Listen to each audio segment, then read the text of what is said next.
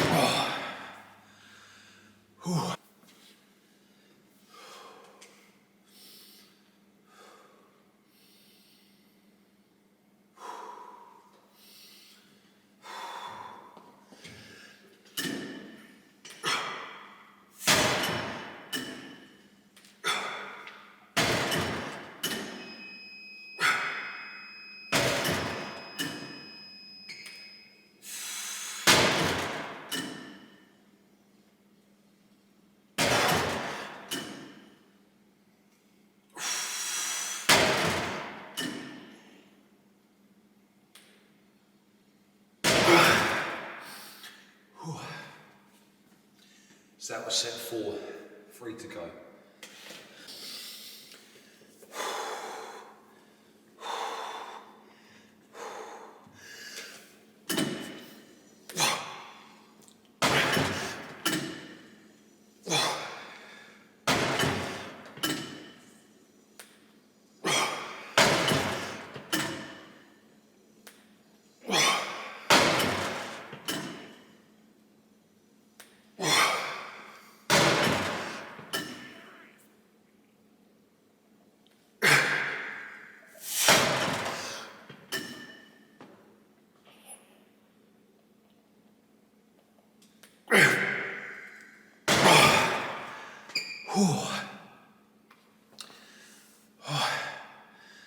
So that was set 7. Pretty much perfect there. 7x7. Reached failure on that last rep of that last set. There's no way I would have got another rep there, so that's kind of what you want. Very close to failure, if not at failure on maybe the 5th, 6th, 7th sets. So yeah, that's good. I'll take the weight up again next week. Probably instead of the 1.25, I'll use a 2.5. See how that goes. Hopefully I'll get a 7x7. So going to move on to deficit Romanian deadlifts now. Let's go.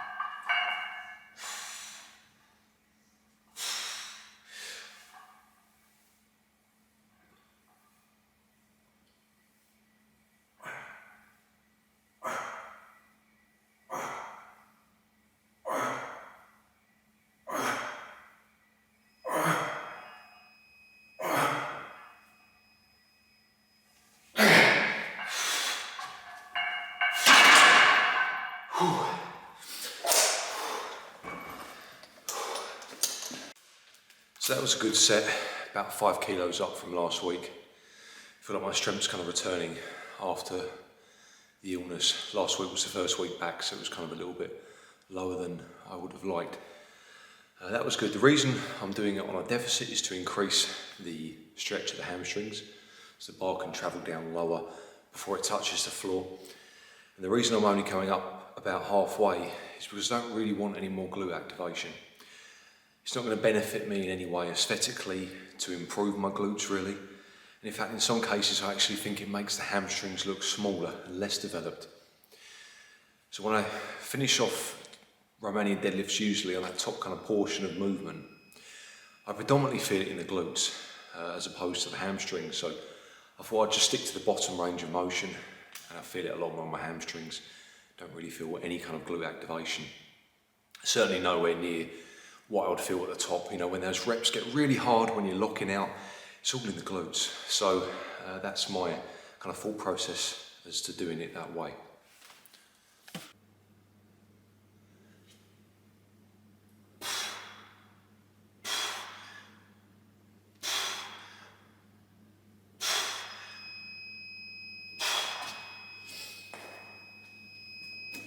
Okay, so that was my final warm-up for the dips, parallel bar dips for the chest. I'm going to be using this station for the next two exercises. Got dips for the chest and then pull-ups, close grip pull-ups for the lats. Those two exercises are extremely powerful.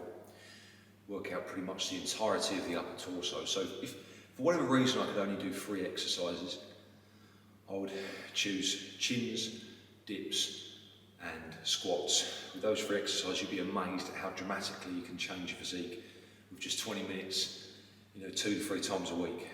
They really are super exercises. You'll notice that I'm using a wider grip to emphasise a stretch for the chest. If you want to hit your triceps, then you would choose a narrow grip and try to remain more upright, reducing the range of motion as well, so you don't get that kind of deep stretch at the bottom. That's going to hit the triceps a little bit better.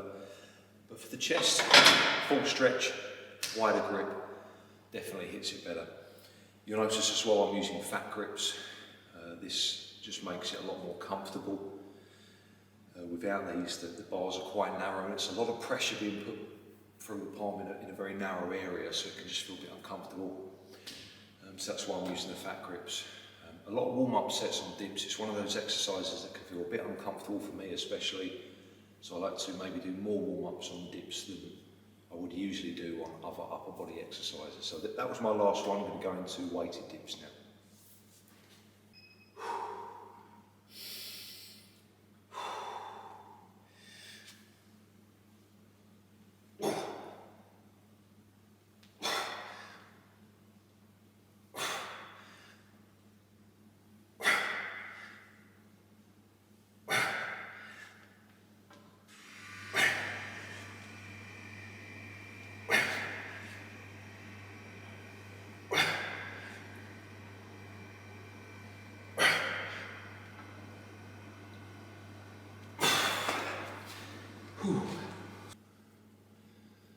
These handles are just no good at all.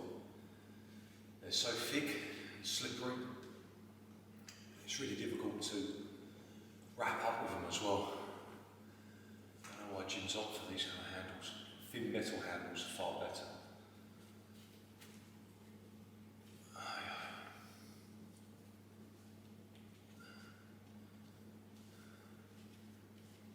You can always benefit from wrapping up and back training, because it's likely your grip will go first. Even if you've got a strong grip, you don't want it to be a bottleneck, for your back training. Right, let's do this.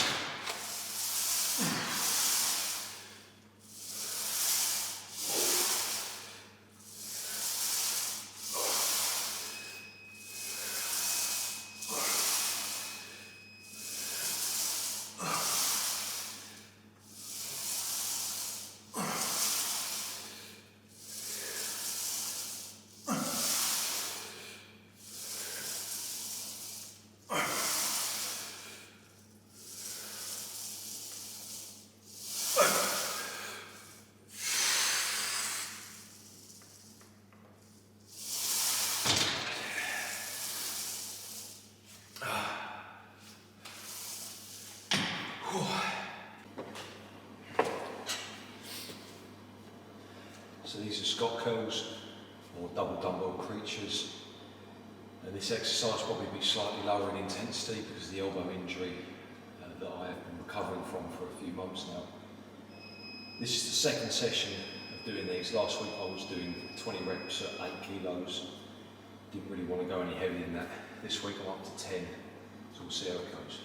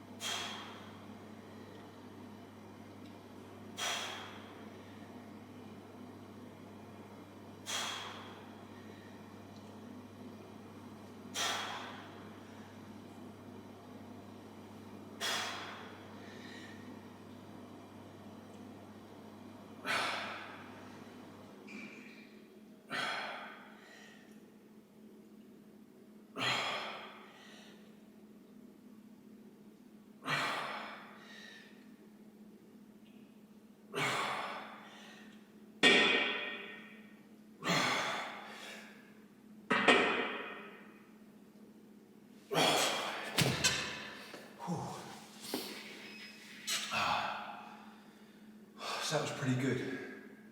10 kilos, 20 reps, it's 2K up from last week. Felt, a lot more comfortable. Still not quite right, but definitely a lot better. This is probably the last exercise you'll be able to do if you've got like bicep problems, like tendonitis, golfer's elbow, or distal tendonitis. This will probably be the last one you can put in because it's the strictest. It's the most kind of unfavourable angle that you're going to get into. So yeah, pleased with that. Going to move on to triceps now.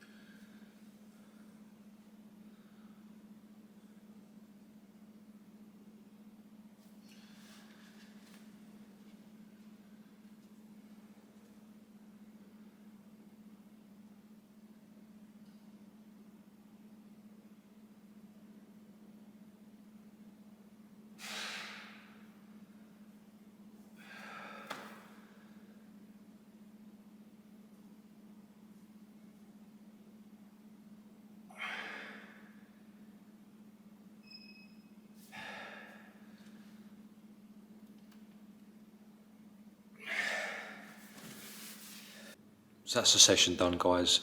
Full body training, I don't do calves or forearms today, I'll do them again later on in the week. So if you enjoyed the video, then please give it a thumbs up. Subscribe to see more true natural bodybuilding content. Check out the description box as well for links to my training logs, online coaching, Instagram, stuff like that.